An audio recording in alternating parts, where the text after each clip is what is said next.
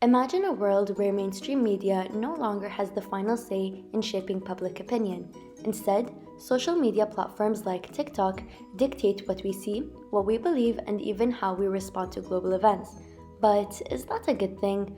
Hi, I'm Latifa Al-Hetmi, and today I'll be presenting my reflective essay, The Role of Social Media in Political Activism.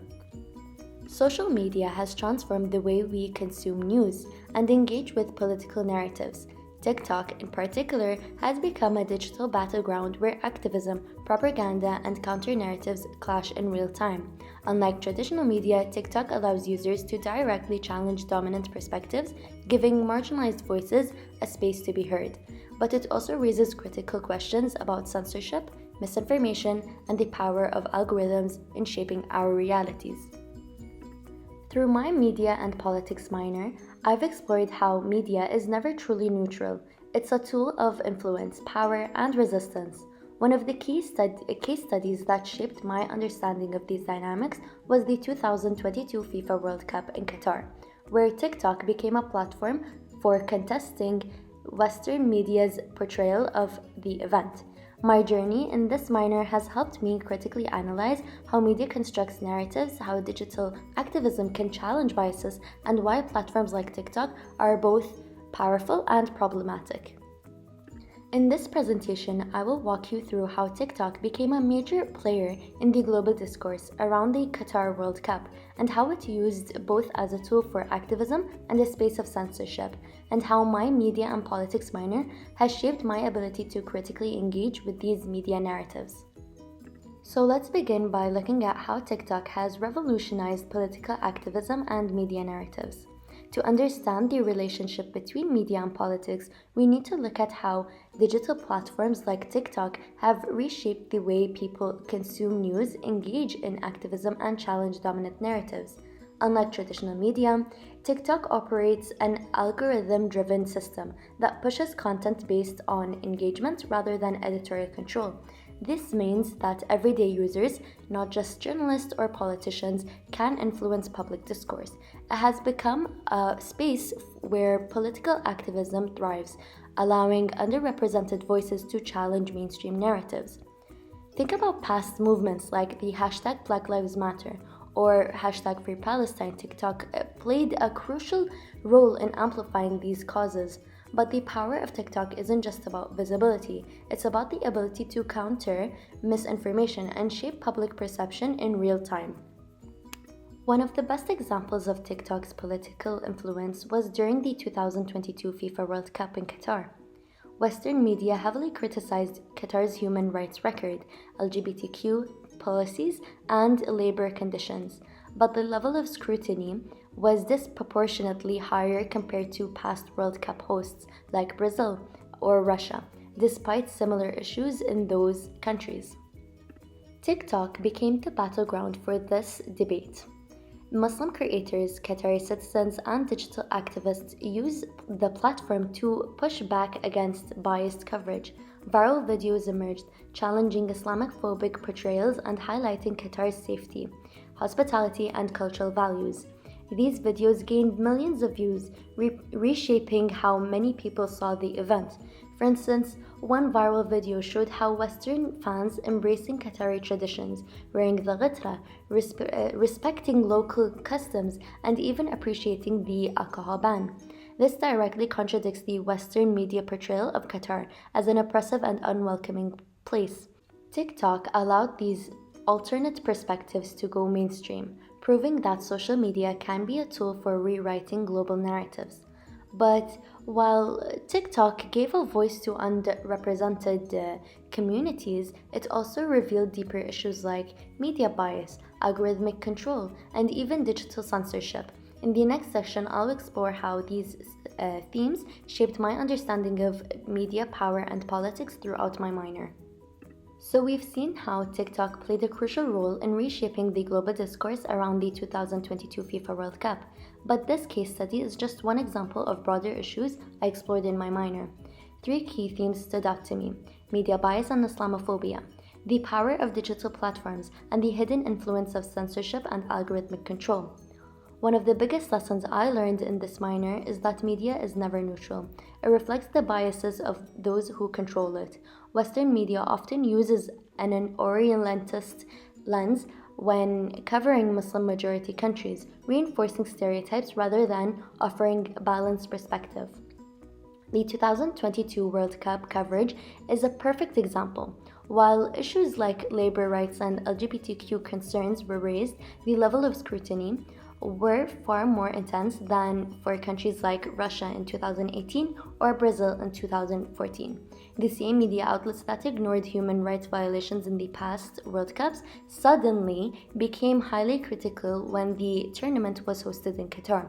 This double standard exposed an underlying bias.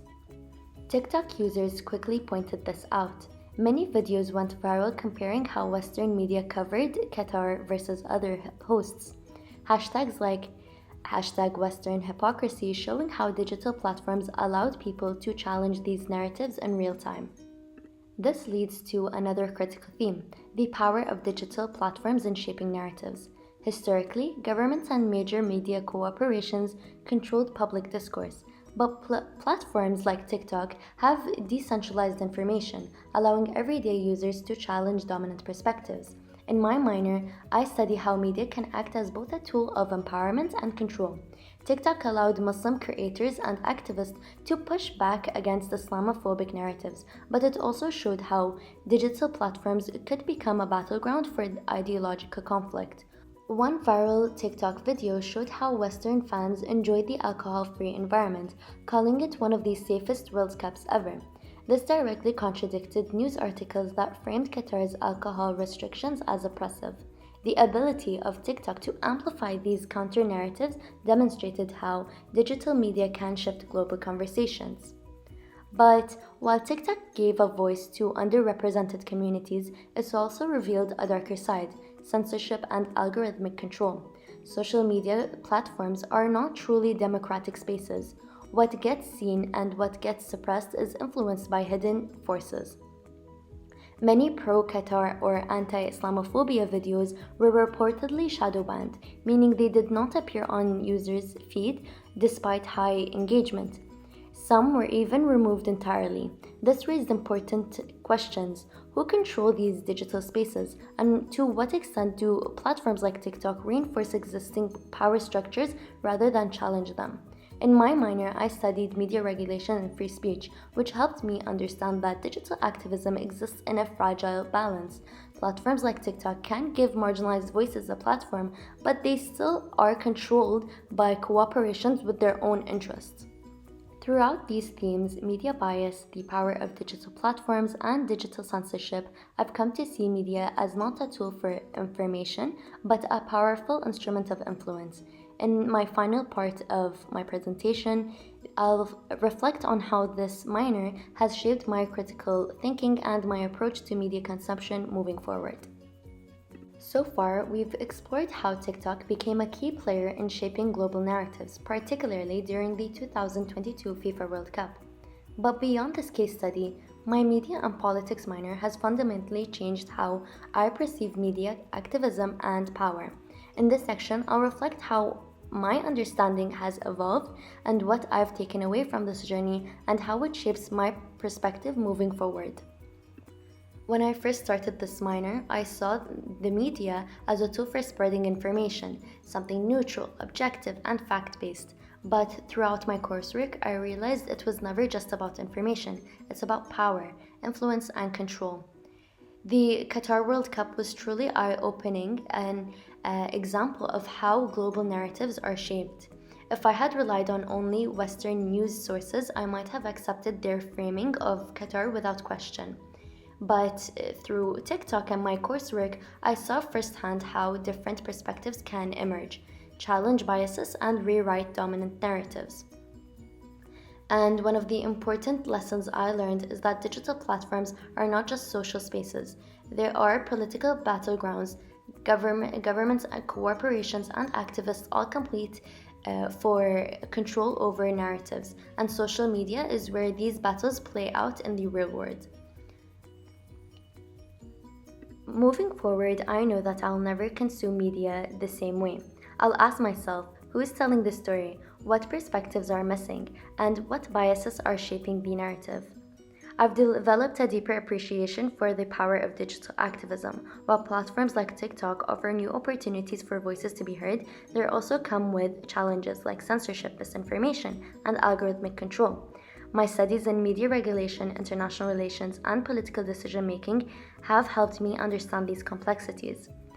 So, as I complete this minor, I leave with a more informed and analytical mindset. I understand that media we consume is shaping our worldviews every day. And while social media platforms like TikTok have given people the power to challenge dominant narratives, they also come with their own set of challenges. The key is to approach them critically, always questioning and seeking the bigger picture. Thank you.